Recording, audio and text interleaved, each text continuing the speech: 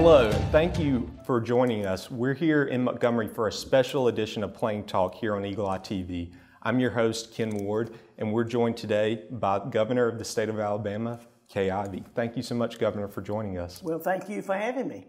My first question is, a recent poll by the Morning Consult listed you as the third most popular governor in the nation. You took over from one of the nation's most unpopular governors.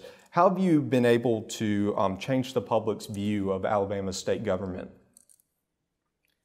Well, certainly most governors have 3 months to transition. I had 3 hours. But I was prepared as lieutenant governor, having been in that office for 6 years.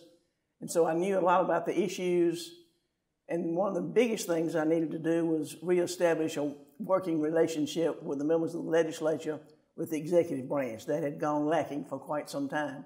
So I certainly did that at the outset. And I focused on being effective and efficient and stabilizing the ship of state, if you will. And we interviewed all of our cabinet officers and made some adjustments there. Then I conducted a listen, learn, help, and lead tour around the state and listened to our people. Had I been a candidate for governor, I would have known what was on the people's minds. But under the circumstances that I took the office of governor, I wanted to hear from the people directly. And so that was off to a good start. The issue of the lottery and electronic bingo have been hot topic political issues in the past in our state. Speaker McCutcheon said recently that he does not expect lottery legislation to come up this session. What is your opinion on the lottery, and would you ever be in favor of possibly legalizing casino gaming, which has been proposed in the past by President Pro Tem Del Marsh? Well, the lottery has a lot of popular support around, but there's no such thing in Alabama as a simple lottery. And if you repeal the laws on the book now to allow for a simple lottery, you would open the door for table gaming and that sort of thing, and that's not a very good way to pursue to get finances. We may need some more money from time to time, but we can be better stewards of our money. We don't have to have gambling to get it done. I know former Governor Bentley even floated the possibility of doing a compact with the Porch Creek Indians. Is that something that you would ever propose to the legislature? I don't know about would ever, but that's not on my radar screen right now. A bill currently sponsored by Senator Greg Albritton would eliminate the Alabama State School Board and move control to an appointed board that would be appointed by the governor. As the president of the state school board and as a former public school teacher, do you think this is a possible solution to the chaos we've seen at the State Department of Education in the past several years? Well, I'm proud that I became quickly known as a governor who focused on education. And I spent a lot of my time in my role as president of the State Board of Education. And there's no question that there's been 4 superintendents in the last 2 years, and that's not a good record. So what we need to do is get our board members to focus on their role, which is to adopt goals and set strategies and leave the administration of the department to the superintendent. Now, because we don't have a full-time superintendent right now and in the process of searching for one, it's not appropriate that I should comment on that right now because I don't want to do anything that would impede finding the right, best, capable person as superintendent. What would you, as president of the school board, want to see in the next superintendent that's hired eventually? Well, there's a lot of categories, and we've engaged a search firm to interview each one of the board members to get their respective criteria that they would wish to see. And some of the things that I listed was, number one, have had experience with success of managing a very large educational enterprise. And I want them to be specific in telling me what successes they had in that role. Because the bigger the department is, the more often you've got to break it off into silos and you're really getting less done rather than more. So I want to be sure that our next superintendent has broad experience but has measurable results that he or she can point to. Alabama's highly anticipated Medicaid RCO reform effort was abandoned by the state Medicaid officials back in July due to some uncertainties regarding federal funding and policy. How do you propose the state reform its growing Medicaid cost? Well, surprise or not, this is the first year that the Medicaid is asking for a decrease in the amount of money that they've been normally getting from the legislature, and that's due to some cost efficiencies that Medicaid department itself has implemented and to some improved costs in some health care. We've also adopted a dental program that will save the state $1.5 million every year rather than going to the managed care proposal. We're also looking at the work waiver so that we can, if anybody's able-bodied and can work, that they will work. And last October, I directed our Medicaid Commission to pursue that. And so that's in the works, and that will happen for long. So we have the most modest amount of coverage of any Medicaid department in the country, but we also have the least number of people in Medicaid because of our requirements. Not everybody can get in Medicaid. It's very strict. So we operate the program in a very lean fashion, and we'll keep on trying to do that. You mentioned the Medicaid work requirements. The Trump administration has been very open to working with states, not only on the Medicaid work requirements, but on some other possible reforms. Is there anything else down the line that you could possibly want to work with them on that you might not have been able to get done during the Obama administration? Well, we've been in close contact with the administration in Washington, President Trump, and we had started our waiver program on the work requirement even before he mentioned that. So we are very hopeful that they're going to approve our request, and we may also look at increasing copays. After the election of Democrat Doug Jones in the recent U.S. Senate special election, several Republicans have criticized your decision to move up that election. For example, Mitch McConnell's former chief of staff, Josh Holmes, who's a major critic of Roy Moore and has been involved in some of Mr. McConnell's efforts when it comes to elections. He tweeted, "Before we get the results, I'd just like to thank Steve Bannon for showing us how to lose the reddest state in the union and Governor Ivey for the opportunity to make this national embarrassment a reality." Do you in any way regret the decision to move that election, or do you stand by that decision? I never regret following the law.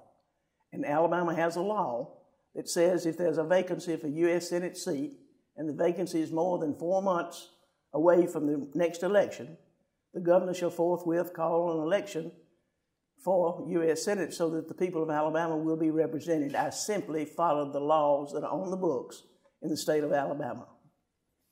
In the wake of high-profile public corruption convictions in the state, recently proposed legislation sponsored by Representative Ken Johnson and supported by your Commerce Director, Greg Canfield, many say legalizes the economic developing lobbying that was part of the 12-count public corruption conviction of former Speaker Mike Hubbard. Do you think this legislation could weaken the tough Alabama ethics laws passed back in 2010?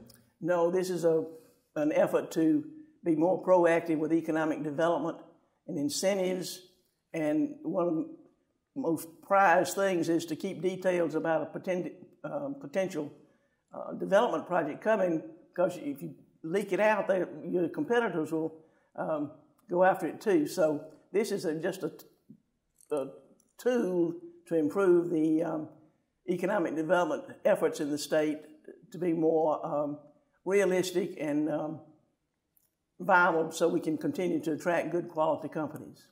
But many critics of this legislation have said that it could possibly become a conflict of interest, especially with lawmakers possibly benefiting from this lobbying efforts. Do you in any way see that as possibly a issue that could come up down the road? I'd recommend you read the fact sheet. I hadn't seen it particularly, but I know it exists, that Mr. Canfield and them have put together to explain the situation and get rid of the myths and they said kind of things and point out exactly what it does.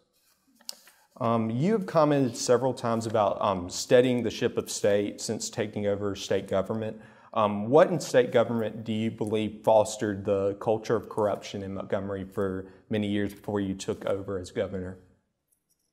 When elected officials, wherever they may be, start thinking about themselves and their advantages more than they are focused on serving the people of Alabama, things like this happen. Alabama has faced budget struggles for many years. Politicians have proposed combining the cash-strapped general fund budget with the more prosperous education trust fund budget several times in many legislative sessions. Do you think this could be a possible fix to Alabama's fiscal challenges, or do you think there is other ways that Alabama can control its purse strings? Well, our budgets this year are some of the strongest we've seen in recent years, and the reason for that is more people are working today than ever before. When I took office in April of 17, unemployment was at 5.4%, and it dropped every month that I've been in office as governor. And in November, it went down to 3.5% unemployment. That's the lowest ever in recorded history. And then in December, it remained at 3.5, but we hit another good benchmark, and that is 2,093,000 people are actually employed, and that is the most folks that have ever been employed at any given time. So you get more people working, then they're paying taxes, and money comes into the coffers. And you mentioned unemployment rates. Alabama's unemployment currently is the lowest it's ever been. You mentioned it during your State of the State address. You also emphasized your efforts in promoting employment for people with disabilities. What are some of the efforts that your administration has done and will be doing in the future to try to bring good, high-paying jobs to the state as well? Well, I'd call your attention to the fact that early in January, I was proud to announce that my team and I had been successful recruiting Toyota Mazda.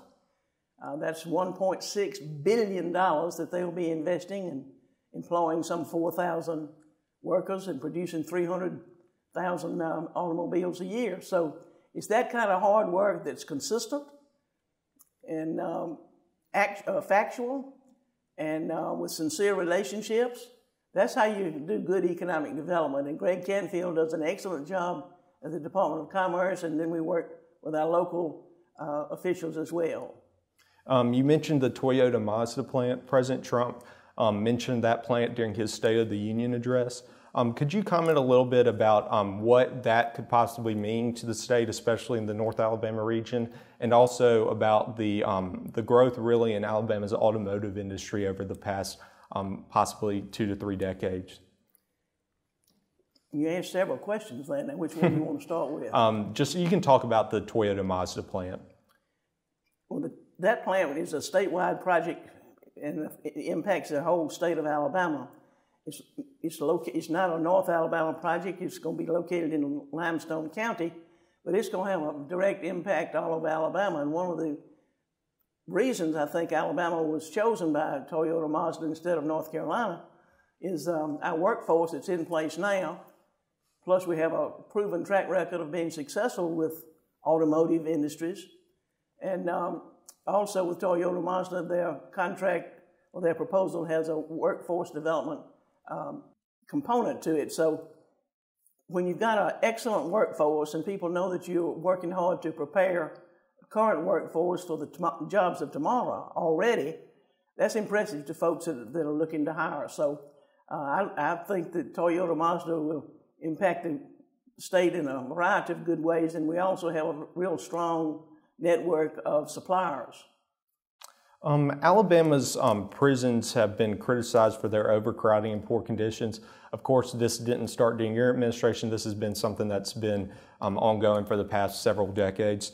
Last year, lawmakers proposed spending $800 million towards building new mega prisons. Do you think this large expenditure is the best way to fix our prisons, or do you think we need to implement more sentencing reform like our state has done in the past and like other states have done? Well, that proposal that you mentioned was before the legislature 2 sessions, and they weren't able to deal with it. So what do you think? It probably will not pass. I know it passed the Senate, but I don't think, do you think it's the House that's keeping that, or do you think? Well, think about it. Every legislator, or most legislators, have prisons in their district. There's no way that they can make a decision to close one down or consolidate one, and then if you propose to build new ones and it's not in their district, they're going to buck. So you got to find another way. So this is an Alabama problem, and it must be solved by Alabama folks, leaders in Alabama. So I've asked the legislature if they'll address the court order and the court's concerns about providing monies to hire the adequate number of correction staffing and also medical and mental health professionals to work in the prisons. So I've asked for $30 million supplemental in the 18 budget and $50 million in the 19 regular budget to address these staffing concerns that we have, because we must satisfy the court that we are serious as we can be in Alabama to fix this problem. And then as the chief executive officer of the state, I have certain latitudes that I can take with issuing RFPs, and we've got a project management firm that is drawing up an RFP to engage some private firms, and we'll select one of those to build the infrastructure. So there are other ways than just asking the legislature to make that decision, since they addressed it twice and weren't able to do so. Being from Wilcox County, I know you're aware of the large amount of poverty in Alabama's Black Belt region. I know Governor Bentley really tried to emphasize poverty not only within his State of the State addresses in the past, but also through some offices he helped establish. While we know government cannot solve the longstanding issues that have caused poverty in the region alone, what ways can the state possibly partner with other organizations to address Black Belt poverty? Well, number one, in commerce, with the new Alabama Jobs Act that we revised shortly after I took the oath of office in the legislature, we're encouraging businesses to go into rural areas. I know Mercedes-Benz has moved into Bibb County, and another firm has moved into Jasper, and so an international paper has changed operations and will stay in Dallas County. And we've got a number of those kinds of things. So getting jobs to our people and helping local folks get prepared to be able to support those jobs is my preference and way to go to do that. Thank you so much, Governor Ivey, for joining us. And we appreciate you for taking time out of your busy schedule to talk to our viewers. Thank you so much. Thank you so much.